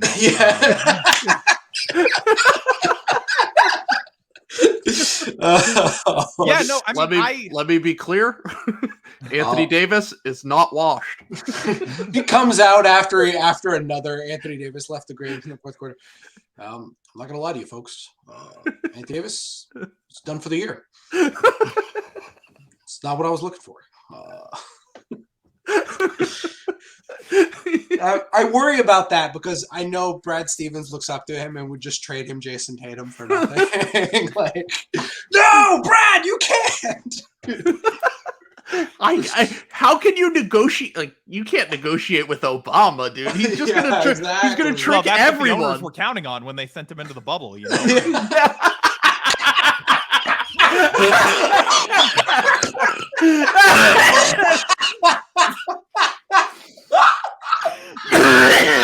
have killed me. All right, that's points. Yes. That's the Amazon gift card. That's the Amazon gift card for the episode. Yes. For the episode. Oh my God. Woo. That was a good one. Very, very good one. Let's go. Yeah, like on a serious note, I still I don't know how I feel totally about this one, just because I guess I'd still probably, I don't know. I think the Lakers would want to pick like Jay Crowder. The Suns basically seemingly are like able to give away. Like I think you'd have to. Well, the Suns they're the one team that have all their picks. So that's what I was gonna say. One of the only entirely pick neutral teams in the NBA. No picks coming in, no picks going out. Which is wild considering they hate the draft. They're like they still have those picks. They haven't just given them away at a yard sale. Well, to be fair, they're waiting so that they can draft a guy that would go 45 at 19 in the next draft. Well, but he was third on their board of 5 guys. Exactly. Yeah. What was James Jones' quote about the draft? It was something really damning. He basically was flexing that they just don't even have a scouting department. Yeah, he pretty much was like, there's only 3 guys that we like in any draft. And so if we don't get one of those guys, then we just don't even care. Incredible. There's never been an instance of a team completely ruining their team because they only like 3 guys in a draft. Wait, what happened with the Damian Lillard Gerald Wallace thing again? Whoops. Oopsie. Oops. People All right. forget about that's the real origin of the Celtics Nets trade. It is a compounding disaster. Oh yeah, I talk about it all the time. It's one of the worst trades in NBA history. The original I think it's arguably the worst. Like, I don't know that you can really argue for another one. Like, considering what the Celtics ended up getting. Well, I think Cleveland did make so many bad trades that, you know, they got a rule named after their owner. So, sorry. I have a very sicko deep cut that I've brought up on the podcast before, but you can go, Sam. I'll bring it up after. Well, I was just going to say that just half a season of Gerald Wallace for Damian Lillard has got to be it's the worst. Like that is, and then they re-signed him so that it wouldn't look bad, and he immediately became an albatross. Like that trade is, if not for the Gerald Wallace contract, that Celtics trade is probably just the Jaylen Brown pick. There's no Jason Tatum pick. There's no pick that became Colin Sexton, Kyrie Irving. You know, like it's just the Jaylen Brown pick. That is so much less damaging. The Nets would have Jason Tatum right now if they didn't. Yeah. Anyway. So the Grizzlies trade, I have brought this up for worst trade of all time. The Grizzlies in the 2003 NBA draft, when they were one pick away from getting LeBron because they top one protected a pick that they had traded a few years prior. I believe it was Otis Thorpe. In 1997, they traded for a 34-year-old Otis Thorpe. They traded their 2003 first-round pick to the Detroit Pistons. Now, the Pistons botched the pick, obviously. Yeah. They took Darko. But Dwayne Wade, Chris Bosh, and Carmelo Anthony all on the board. And Carmelo, I remember the 2003 draft. Carmelo was in the argument for the second pick. He had won the national title, all that shit. So, like, they traded for a 30 when they were still in Vancouver. By the time the draft comes around, I believe they're in Memphis at that point, or it might have been their last year in Vancouver. Imagine why, given that. Why are they relocating again? Oh yeah. They traded for. I think that has to be one of the biggest disasters. You're one pick away from getting LeBron. You don't get anything, and then you have 3 Hall of Famers the next 3 picks after that. And you traded it for a 34-year-old Otis Thorpe who played 1 year. And if they hadn't, imagine how bad they would have been if they hadn't had Otis Thorpe. You know, like they might have been in the range for LeBron. Oh man! No, he was only on the team for 1 year, and this was 6 years later. That's how bad it was. Yeah. Nice. So that's probably low key the worst trade, at least of the modern era. Okay, so I got a little bit weird with the Hawks ones. I have the Hawks on mine. I have the Hawks on here because I had a Hawks fan tweet at me that listens to the podcast. And I was like, I kind of like the Hawks as a destination brand. Yeah. Like, if you think about the fact that they just made this all-in trade for DeJounte Murray, they have Trey kind of, entering his prime now. They have enough. I have 3 different trades for the Hawks because I think you could do it a few different ways because this is kind of a balance of you want to remain competitive, but also get someone you might view as a blue chip prospect, which is John Collins, Onyeka Okongwu, and Frank Kaminsky, just to make the money work. He's not the center of the trade. He's not the blue chip prospect. Look, only one of these guys made it to a national championship game. That's all I'm saying. I'm just going to say, Frank Kaminsky, though. Phil Jackson and Kurt Rambis are like arguing for this because it's the Kaminsky trade. They're like... Kaminsky, they said no to 4 picks from the Boston Celtics. 2 of them Nets picks for Frank Kaminsky. So, true. Yeah, the Giannis his value. Yeah, in the Giannis draft. Wait, what? No, it was 2 years after. Oh, my bad. All right. 2015. Yeah. It was the Justice Winslow was on the board. It was the Terry Rozier draft, as I call it. Correct. Yeah. That's what everyone remembers it for. Not Devin Booker, who was also on the board at the time. No, it's a scary Terry draft. Okay. So this is essentially you get John Collins, who's a very good player, probably more of a 3rd or 4th guy on a contending team, but he's still young. Fits well with LeBron. You get a Okongwu as the prospect. You get Anthony Davis. Now, the issue here is that how could Clint Capella and Anthony Davis really work for the Hawks as a front court? And also, are the Hawks do still have 2 or 3 first-round picks they can include, by the way, because they didn't trade all the picks they had in the DeJounte trade. I talked about this when we did the DeJounte stream. They didn't really give up as much as people think. They gave up 2 of their own picks, and then they gave up a potentially fake first from the Charlotte Hornets in that trade. Wait, like what you mean fake by like it's protected like 1 year, and if it doesn't this like, year, if it does this year, if it's lottery protected this year for the Charlotte Hornets, and it becomes 2nd-round picks after this year, I'm pretty sure. Oh wow, yeah, that really. So they didn't they didn't really get as many picks as you think.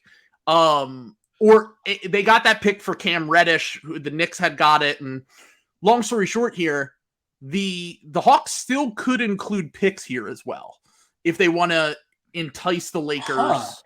So that's interesting. They have 2 of their own picks, and they got the lottery protected pick from the Kings in the Kevin Huerter trade as well. So they have a lot of different options, and they have different prospects too. I have in a later version, I have another trade here. We have this is purely just we want to get off the Bogdanovich contract. It was Bogdanovich, John Collins, and 2 firsts, 1 from Sacramento, 1 Hawks pick next year, which wouldn't be that great. And then I have another trade here, which is Justin Holiday, John Collins, and AJ Griffin, who I'm a big fan of and just went off last night. I think AJ Griffin's going to be a really, really good player. I had him like 6 or 7 on my board in this past draft. And I think that these prospect deals with picks could be a little bit more enticing. And you also get John Collins in every variation, and he's a good player. Well, what I like about...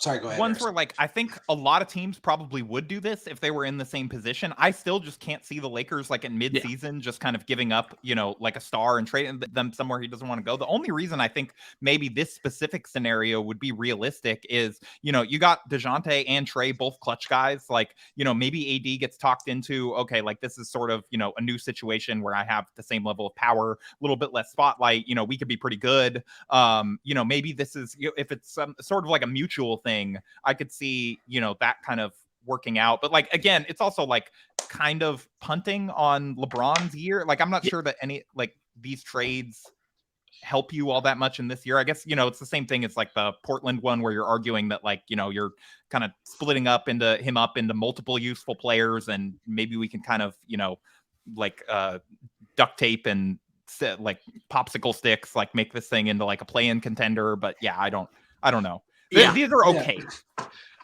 Yeah, so this is interesting to me because I just skipped over Atlanta because I just had it in my head. I guess I'm not a real draft pick nerd. I just had it in my head that they were like Gobert and just had nothing. But yeah, you're right. I'm like looking through all the stuff. That's pretty interesting. And to be honest, I also kind of forgot about John Collins, who what I like about this one is all these Atlanta guys can shoot. Yeah. Specifically about the John Collins one is that John Collins is a career 37% three-point shooter, which he's a pretty good three-point shooter. No, that by Lakers standards, that's like prime Ray Allen. Yeah. 3 attempts per game. They would like see him and Matt Ryan shooting and be like, is that allowed? Like, are you allowed to make that many of them? But this is what I'm saying. Like, I just think you make your team work better. Like, if you get AJ Griffin, John Collins, and some picks, and then you have more picks to throw on the Russell Westbrook contract, that's a fair point. Create a, you know, maybe this almost ends up being a 3-team then. Like maybe there's like 3-team variations of this at the deadline or something like that. Well, yeah, it's like are you getting like Bradley? You know, like are the Wizards finally giving up on Bradley Beal? I know Trill is already like, you know, just sub in a guy, Jimmy Butler, whoever. You know what I'm saying? Like you have these iterations where you're throwing in a pick to. I'd still rather have Anthony Davis and Bradley Beal personally, but this is especially considering contracts too. Yeah. Oh my God. I mean, AD's better regardless, but like contracts as well. Like that Beal contract is going to be real bad. Okay, but you know what else? What other contract is really bad is Russell Westbrook's, which is are actually trading the Bradley Beal. It ends this year. Right. That would be very funny to send Russell Westbrook back to the Wizards. Well, so I'm coming home. One of my fake trades was, you know, the Lakers, they traded for the wrong Wizards guard. Like that was that was their mistake. It was so Beal issue. So yeah, they trade. They get another former Laker back in Kyle Kuzma. They get Bradley Beal, Kyle Kuzma, Let's a go. 2027 first for Anthony Davis and Patrick Beverley, and that allows the I actually Wizards don't to really hate that. to like chase mediocrity, and the Lakers sort of like flesh out their roster in a way that makes a little bit more sense, and they like reunite the Beal and Russ thing, which weirdly like worked super well in Washington at times. Let's go. And, you still have LeBron. You add LeBron to the 2021 Wizards or whatever. Like, how good is that team? I don't know. Probably at least like out of the play-in. Maybe. I don't think so. And then more beautifully, you get the Wizards with their beautiful Twin Towers configuration. Let's go. Kristaps Porzingis and Anthony Davis. Always healthy big duo. The rims, they can each play 40, like 42 games or 41 games each, like combined. Exactly. No, I love it. This would be the first. They would need to have like backup rims on standby for the amount of missed jumpers. Going back to the Hawks though, really quick. I know we got on like a Beal tangent, but going back to the Hawks really quickly, like as far as the AD and Capella fit, I actually would be less worried about that because the Hawks have shooting elsewhere on the roster where they could. And AD, the year the Lakers won the title and had, I think, the best defense in the league, or they were like top 3, they were somewhere in there, was in part because they had JaVale and Dwight, alongside him, and they were able to kind of like wall off the paint, wall off the rim, really deny that. AD is actually like really good defensively at the 4 for the most part, saves him some pounding, and then you kind of get rid of the issue of like, oh, like Clint Capella probably can't like close games for us in the playoffs. Like AD absolutely can close games at the 5, and you sort of like do that Lakers formula, but with like Trae Young and DeJounte Murray instead of LeBron, which is obviously like a big difference. But you put them together though. Yeah, one person on each other's shoulders, kind of a little LeBron. One there. mega clutch client, It's just like they call it the Voltron skills. And Trae also the creation. You know what I'm saying? I feel like we haven't had a chance to see the LeBron, Anthony Davis creation because of the Russ addition to the mix here. Has kind of jammed everything up. But Trae with Anthony Davis, I mean, be awesome. Yeah, be awesome. And not to mention. I always fuck up his name. DeJounte Murray, also in the mix there. Someday I'm gonna get it right. You got it. That's my Bill impression. We're proud of you. Yeah, thank you. Sorry, we talked about Luka and AD as like a lethal, pick and roll combination. Same thing with Trae and AD. You wouldn't be able to like go under on screen. Like you wouldn't be able to stop AD rolling to the rim and stop Trae Young from getting pull up threes. Also, I might be making this up, but I also think Trae is like top 99% lob thrower. Like he's one of the best lob. Yeah, he's incredible. Lob he's an incredible guys believe me, so, I know from personal experience. Oh no, Trae Young ruined my life. He's part of the reason why this podcast got popular. So, thank you, Trae. Thank you, Trae, for slicing my eyes with lob passes to Clint Capella and John Collins. Appreciate it. He got you guys to cut bait on Ben Simmons early, though. It's true. So. It's a good point. Thank you, Trae. Got Ben Simmons to cut bait on them. Right. The only way it was happening. Honestly, it couldn't have worked out better than that, in all things considered. Like, I don't think so. Like, Trae Young. If I was at my old job, I'd say that's just another thing you have to thank Klutch for, on the podcast. True. Yeah. Thank another you. Thing you have to thank Big Baller Brand. Multiple. You can thank Big Baller Brand. We'll take it. We don't get a lot of media coverage these days, so if you want to thank Big Baller Brand, we'd be happy to. All right. The last team that I have moved on to is our beautiful midtown New York Knicks. By the way, before we get into this, I made this one and I was like, I don't like this trade. Yeah, I was already. gonna say I'm sending you to jail. Former Laker going back though, so it's former Laker going back. Yes, we have fulfill the requirements. Yes, the Knicks get Anthony Davis, the Lakers get Julius Randle, Obi Toppin, Emmanuel Quickley, and 2 first-round picks, 1 from the Wizards and 1 from the Knicks in 2025. I appreciate that you're trying to jokerify with like Knicks fans by seeing that like Toppin is still stuck behind Randall in his new destination. Let's go. Also, they get what Tim, the hell? I thought at least we were setting him free. Like, yeah, Obi Toppin. So, I'm going with Randall. At least it can't get worse. And then Russ is also on the court. No. See, My the numbers problem, the problem with any Knicks trade is they're bad. Harrison, how do you feel about RJ Barrett? You know, I'm going to be honest with you guys. I've not watched a tremendous amount of the Knicks the last couple of years. I don't have incredibly strong feelings. I don't have incredibly strong feelings on RJ Barrett. Like, I don't like, you know, as the centerpiece of a trade like this. Like, I don't know. I guess like you've proposed worse trades. So Harrison's being very polite. I think I think you need to go to jail. I'm putting you in a cell with Sam Presti on this one. Keep in mind, Obi Toppin just single-handedly beat the Sixers in the 13 minutes Tibbs let him play the other night. So I have that fresh on my mind. He was incredible, and I was like, okay, maybe I was wrong about Obi Toppin. I thought he sucked. But also recency bias kills the Sixers, the least athletic team in the history of the NBA. So keep all these things in mind. If I'm the Lakers, I need more picks than this and like better picks. I was going to say, I'd probably say 4 or 5 first-round picks because I'm taking on the Julius Randle contract. I'm taking Toppin and Quickly and like, they're fine prospects. They're fine rotational players, but like they're not moving the needle. We already know the Lakers don't like Randall because they renounced his rights in restricted free agency to just like let him leave when they had cap space. So I don't really like this one. But again, like if I was a Knicks fan, I would think this was the greatest trade of all time because you're freeing up Obi Toppin and Emmanuel Quickly minutes. You know, well, the Knicks fans wouldn't include Toppin and Quickly, so don't worry about that. They're untouchable in this deal. Yeah. I mean, I didn't even try to offend them by including Quentin Grimes, the greatest player in New York Knicks history. This is also like very funny because I think Julius Randle is one of the only players who could make the fit issues on the Lakers worse. like literally like one of the worst players to add to that like Knicks. This was how down bad we were at the trade deadline last year. You know, when the Russ stuff was happening. We were I was like, you know, I would take Julius Randle for Russ. You know, at this point. Like then maybe they could figure it out. We've seen him play with AD before. I don't know, but for AD, no. All right, I'm gonna run through my other Knicks trades that are gonna make everyone throw up. So let's go.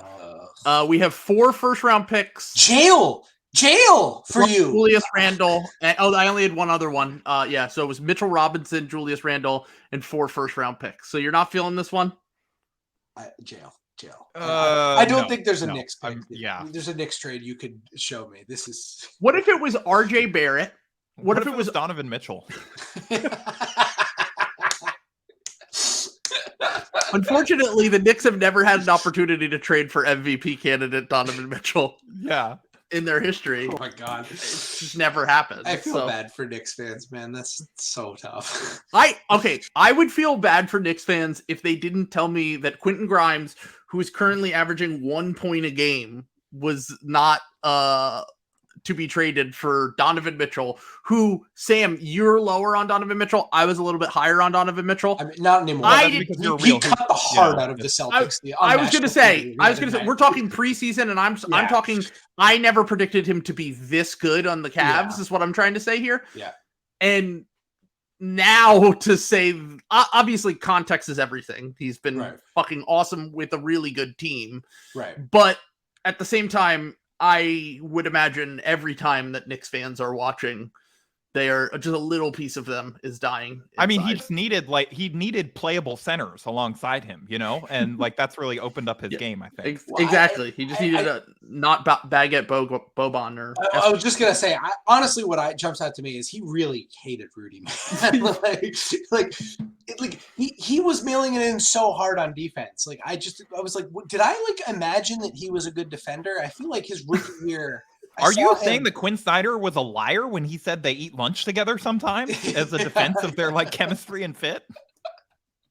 God, I couldn't believe he is like stonewalling Jason Tatum in transition. And I'm like, where was this last year? I watched you just give up a game 2 of a playoff series. I tried to say, I was like, did you watch that Jazz Mavs series? Because I've never seen a team more checked out than the Jazz were in that series. Like they knew it was over. You did not watch the Lakers last year. Good point. Because that was the most checked out team in NBA history. It was like by game 5. Like it was just.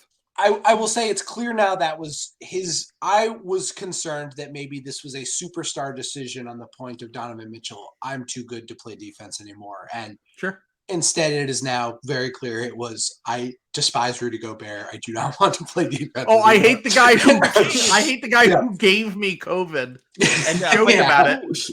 What we're seeing is, like extremely well liked by his new teammates in Minnesota already. Yeah, their vibes are great. Yeah. Yeah. Oh my God. Look, I can't Edwards believe after every game is just like without saying it, like this guy sucks. Like it's awesome. Wait, who said it? Anthony Edwards, have you seen his quotes? Like, yeah. Yeah. He's pretty much saying that. Yeah. Pretty much saying like there's always someone at the rim. It's really weird. There's always someone blocking the paint and in the rim, and I can't get dunks. Like Anthony Edwards telling him to telling the PR staff, he's like, "Hey, those guys work for the team. Can you stop? Can you get them to stop asking Wait, what happened? I need to know this. I guess McMahon was on a Jazz media Zoom availability or whatever, and they did not cut the mics after Anthony Edwards was done talking, and he had been asked a bunch of questions about lineup stuff, and he just goes to the PR person. He's like, "Hey, can you get that? They work for the team. Can you get them to stop asking me about this lineup stuff? Like, I'm trying not to get in trouble." And it was all awesome. Still being recorded. I love it. Honestly, it's such a good anecdote. I'm trying not to say that Escargo Greg Monroe is on my team. Could you imagine if he had said that? Like, oh my God. Well, he did say, keep in mind, he said I think we're soft now. Like, lots of teams seem to think that we're soft. Like, yeah, they're the Turbo 1926ers. It's amazing. It's so kind of wild that they traded Pat Bev and like not a whole lot else for Rudy Gobert, who's won 3 defensive players of the year, and Jared Vanderbilt. Jared Vanderbilt. Yeah. Who's might be better than Rudy Gobert already. I can't believe how bad that's going, to be honest. I was so wrong. If I want a mulligan on I thought that one thing, I was wrong. I didn't think they were gonna win a title, but I thought that they would. I was interested. The whole AD experience has kind of opened me up to the idea that there's some kind of skilled, big men that are better off playing alongside kind of a more traditional rim protector. I thought this would do that for Cat, and it's just been a complete disaster. It's cards on the table. I listened to Trill and I's preseason episode doing over-unders just to see which things I would have to slowly walk back at the end of the year. And that was, that one jumped out. That one jumped out. Very bad. How I felt about the Timberwolves. Yeah. I had them as the 2 seed. Yeah. Oh no. I had a top 4 seed. I said top. The reason I said I thought they were all regular season merchants, I said they were going to win 50 plus games and lose in the first round. That was my whole thing. Yeah. Is that I was like, they're going to get destroyed. Well, you might end up being half right. Yeah. It would be very funny. Are they going to make the playoffs? Yeah. What if they just did the complete opposite? They just did the Celtics arc from last year where they're 3 games under 500 in January and then roar back to the 3 seed. Well, the other day in an interview, George Niang, which in an article that I want to talk about, the other day in an interview, George Niang brought up the Celtics from last year, their slow start. And I was like, this is how you know you're fucked. Is when George Niang You're is in we an need interview. The greatest regular season turnaround of all time, and we'll be fine. All we need is the outlier of all outliers, and we're chilling. On that note, if AD does end up getting traded, one of the things I will miss most about him being on my favorite team, the team that I cover, is unfiltered Anthony Davis quotes of just him saying whatever goes in. He hasn't given no previous thought to the question that he is being asked. He just says whatever comes into his mind. Emphasize perhaps never better than last year when he was asked about the Lakers struggles, and he's like, we just need to win 10 to 12 games in a row, and the narrative will totally change. And it's AD, you're right. That would show change me the the narrative lie if you guys won 10 to 12 games in a row, but. Not technically wrong. Win you want to try winning 3 in a row first? That might be, just baby steps. But yeah. Hey, look, that's 1/8 of the season. And if this was football, that's just 2 games. So yeah, easy, it's fair enough. Easy money. Harrison just said, "I'll miss AD's quotes," and I'm like, I can't remember the last time I heard Anthony Davis speak words. Now that we talk, yeah, no, he's he's 4 years honestly, ago. it's incredible to listen to him do interviews because you can tell that he's like never like he does not like if the Lakers give their players any like press briefings, here's the stuff that people are talking about, here's what maybe they're going to ask you about. Like AD definitely does not read that stuff. Like he just goes into every interview, shoots from the hip. I appreciate the honesty. Yeah, makes He's for a like, good quote. especially on a team with like LeBron, where you can tell that LeBron like has I joked about opposition research earlier on the episode. Like LeBron probably has that done on like the journalists. Like he's ready to go and like 100%. fire back at their talking points. He knows what they're going to ask before they. He knows ask the it. last. He knows the last 4 of Nick Friedell's Social Security probably. Yeah. If I asked LeBron James a question, he'd be like, "Hey, how's your nephew enjoying the new Wii he has?" And I'm like, "What are you talking about?" And I call it up. It was like, "Yeah, a package just showed up with a Wii for Tiernan." And LeBron. That's how good his floor vision is. Yeah, exactly. But so to have like them where it's like LeBron like the most kind of overly like media savvy trained whatever like superstar with like AD who just says whatever is in his brain at the time that he is being asked a question. I would miss that. I genuinely like AD. It would be. I mean, I kind of, now that you're telling me this, I kind of want Anthony Davis to stay on the team. So, like, if LeBron is reading the Malcolm X autobiography again in the locker room, Anthony Davis will come over and, "Hey, is that a new book?" Just ask him. "I've never seen you read before. What are you doing with this?" And just in front of the media. You said you hate reading. You said you don't like reading. You specifically said you hate revolutionary literature. All right. Can I do mine real quick, or are we? Yes. Yeah. Okay. No, you're good. You're good. We have a couple that we didn't get to. So you stole my thunder with the DeAndre Ayton Jay Crowder trade. But what if I told you there was a twist?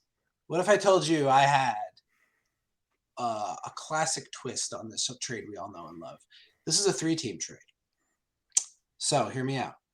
Anthony Davis and Russell Westbrook to the Brooklyn Nets. Jay Crowder and Ayton with Kyrie Irving after he has done some work to the Lakers, and Kevin Durant to the Suns. Okay. So I'm assuming there would be picks in there somewhere going. The Suns are spreading picks out. The Nets are getting some picks, but I also think the Lakers get a little taste too. So the Lakers get Kyrie, who's the worst trade asset in the NBA right now. I'm saying this is like, because as we've established, Ayton can't be traded until December 15th. So this is hypothetical. This is a hypothetical future where Kyrie has, as he did today, met with Adam Silver. There has been some work done on his current situation, and it is more palatable, I would say. But you're getting Kyrie Irving, Jay Crowder, and Ayton. With a pick. Or 2. Can the Lakers trade Anthony Davis to the Nets when Ben Simmons is on the team? Because they waived Ben Simmons. It wasn't a rookie. Let's be honest. They just trade him to the Kings for nothing in return. He just get looped in as part of it. Like they just salary dump to the Pacers, who have cap space. Exactly. Like not a bit. Like I do. Now that I'm thinking about that, I think you are. Well, did he get Supermax though? Because they were not his team. Right? So it wasn't a Supermax, but Harrison, you could tell me better. Did he take it all the way up to his contract expired, right? Yeah, it did. So then he would be good. He would be good. As long as your contract, like Brandon Ingram, DeAndre and Anthony Davis in this scenario would be technically not a designated max extension. Yeah, he was unrestricted, and he ended up just going and like signing a new 5-year max. Also, I think it's AD's 3rd contract, so it might even make it so that it's not an issue. It doesn't matter because it's not a designated rookie max extension. So I'm pretty sure that would be fine. Yeah. So in this scenario, keep Ben Simmons. Good news for the Nets. Yes, luckily you get to keep. They can have Ben Simmons and Russ on the same team. Actually, I need this to happen. Yes. So just to rewind, what the Nets escape their current hell and bring back Anthony Davis and some picks for their rebuild. the Lakers get Kyrie Irving, Jay Crowder, and Ayton, and maybe a pick also and get out of the Westbrook thing and everything and get to start from scratch there. Let's go. I think they also very important. They also trim $7 million from their books. Oh wow! Never mind. Green light right now. Rob's calling this in. Yeah, $7 million trim there, and the Suns get Kevin Durant, which was rumored, and they also add $3 million, so that's a little dicey. But Obama will pay that. He's got the Netflix. He's chilling. He's got the David Letterman money. Yeah, so he's waiting to wait until after Obama purchases the team. Yeah. That Bruce Springsteen podcast money. It's doing numbers. Doing numbers. So the one thing is, I don't think the Suns give up enough unless they're giving up literally every pick that they have. And they are. Okay. This is they get to keep Bridges in this scenario, because if they get to keep Bridges, then I mean, it's already obviously I would do that for Kevin Durant, but they have no big 100 million %. But the thing is, they have zero big depth and also they don't need big depth. They have Chris Paul and Devin Booker. It doesn't matter. They can sign us to play on stilts, and we'll average somehow 10 rebounds and 10 points a game. It's Bismack season, folks. Is what I'm trying to say here. Yeah. So that was one, when I saw that worked in the trade machine, I got a little gleeful, I got to admit. And I think that works for everybody. If the entire last month had not happened, I'd be this is a great idea. Right. But having a hard time green lighting. We live in that reality. Yeah, I was just going to say. So that one, it very much hinges on the Kyrie Irving aspect of it. So that's obviously one that's a little tough. So he's got to at least come out and say it was hacked. Yes, or something bare minimum. Yeah, bare minimum. Yeah. So, one that was less successful. I've heard this stuff kicked around, and there's a bunch of different configurations you can go with here. I think if Anthony Davis is on the table, I think I maybe I'm imagining it because I've listened to so much Zach that it's running together. Did they talk about the possibility of Draymond and Davis, or was that? Yeah. So Bill and KOC talked about that. So that's another obvious configuration is Draymond and Anthony Davis. To be honest, I don't really like that trade very much because you don't really solve any problems. The Lakers Lakers would need to get first off, I think that the Warriors should seriously consider it, just because I think that if the Warriors the Warriors should do that. The Warriors, that's a free. Yeah. I mean, look, I think even with all of AD's struggles and all of that, he would be fantastic with Steph Curry, obviously. Right. And also you get out of the Draymond thing. It's there's clearly weird vibes there. I think Jordan Poole starts trying on defense. There we go. You get all these bonus things. Unlock them. What would they have to include with? Because I think the trade that they said was Draymond, Kuminga, and picks for Anthony Davis. And that's. And that's one. Honestly, I don't really like that configuration because, what Kuminga also makes the problem work. I don't think the Lakers say no to that under most conditions because that's just a straight sell. You know what I'm saying? So the configuration I was trying to make work was Jordan Poole and Draymond. For Anthony Davis. And what I was trying to do is they get to stay together. Yeah. Exactly. I guess I didn't think about that. That kind of does defeat. The guy punched him in the face. I thought you were doing it as a bit. I didn't realize you were earnestly for basketball reasons trying to get that going. Yeah.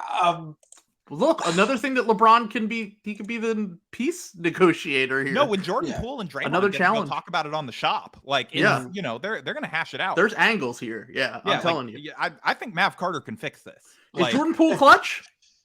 No, I don't believe so. It falls apart. Well, it's also hard because Draymond is though. I forget the poison pill contract how it works. He's technically only making 3.9, but the money gets weird. When you do impossible that. Unless you have a trade exception. Don't even think about it. So that anyway. Those ones I don't really like very much. So another live wire though. Before I get to my crown jewel, how about we go to our beautiful friends up north who have never sent me any death threats? Talking, of course, about the Toronto Raptors and their fans who are lovely. I love them. Please don't hurt my nephew. Give him back. Send him back his weed. Send him back.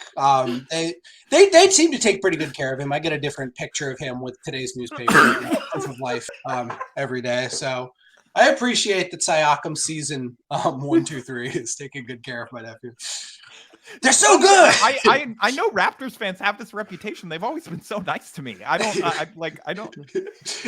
Yeah, well, okay, they're very nice, Harrison, until you say that Pascal Siakam is not a top 75 player all time, and then all you did. I've said some other things. Yeah.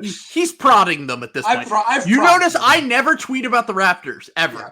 There's a reason. I get in the muck. Get in the muck because they will find you. You don't have to at anyone. It's found immediately. What's amazing is I know this is a universal impression. I guess I've never tweeted anything all that critical about the Raptors. So within 5 minutes of me tweeting something negative about the Raptors, I have people who don't even follow me quote tweeting me. And I'm like, how did this fucking happen? Okay, I'm gonna try this out tomorrow. Yeah.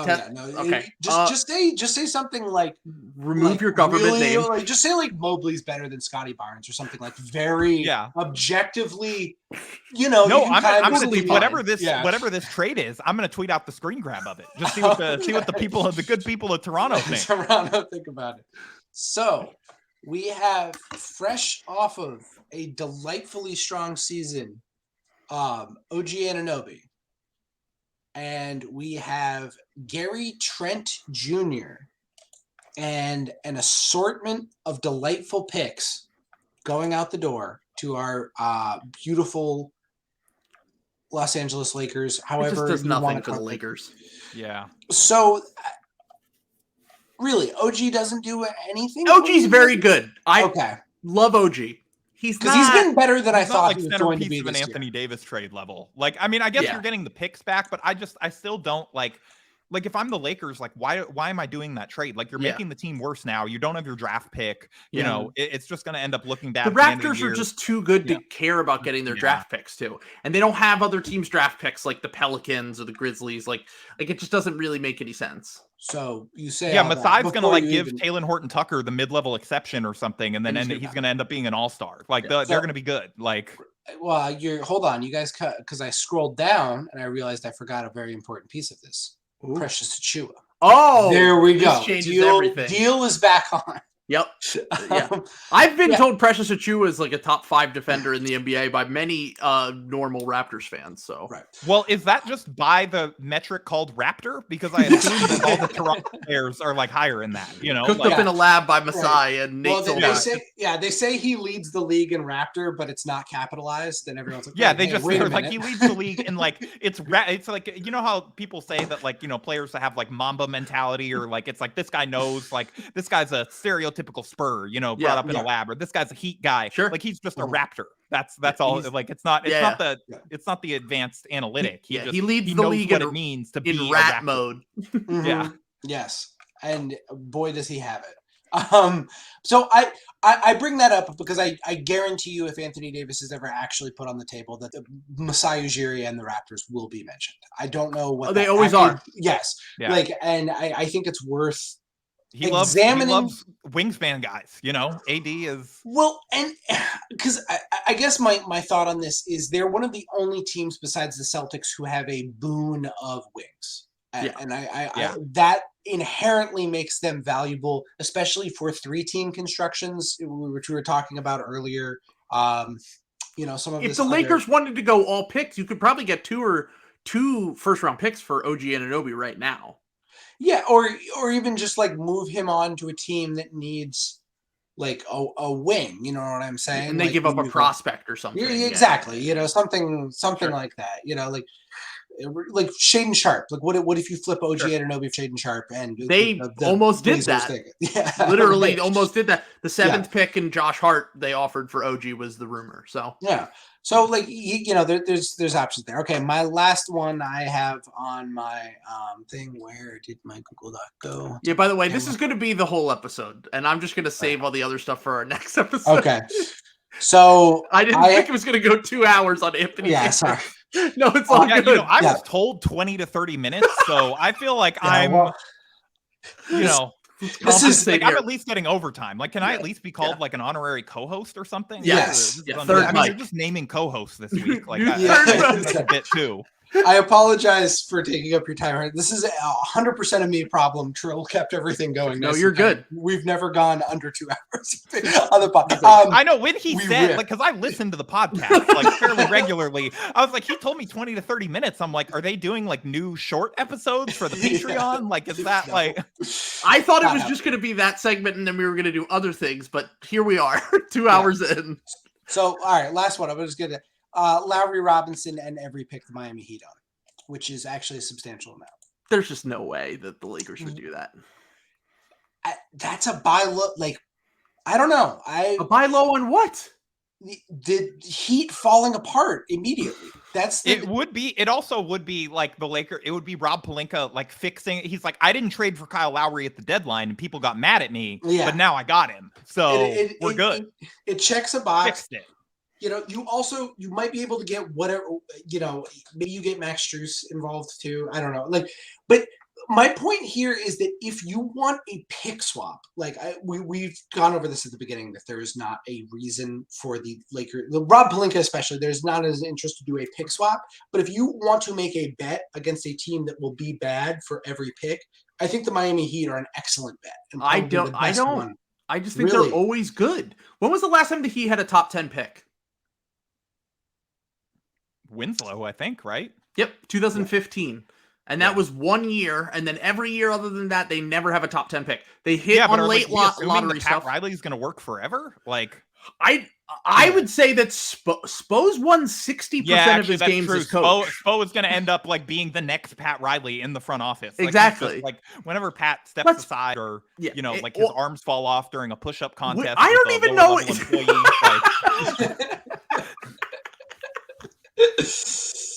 I don't even know doing what he loved. His arms, you know, he was too strong for his body at this point.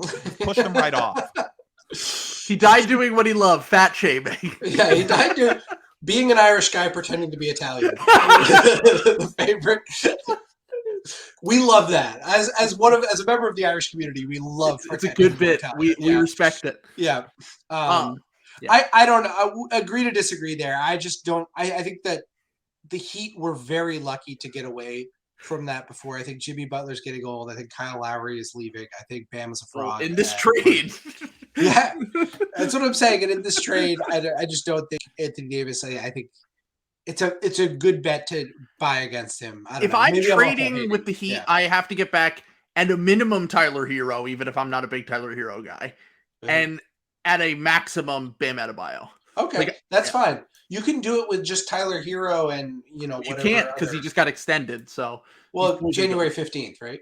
Nah, poison pill. He's a rookie extension. Oh shit, he's an extension. Yeah. All right. Well, but I will say they did bring up Bam Adebayo for Anthony Davis, and I'm like, if I'm the Heat, I'm not doing that just because of exactly what they brought up on the podcast, which was it's just Bam's younger and like they're kind of the same player. Like I mean, like they're pretty similar. At this rate,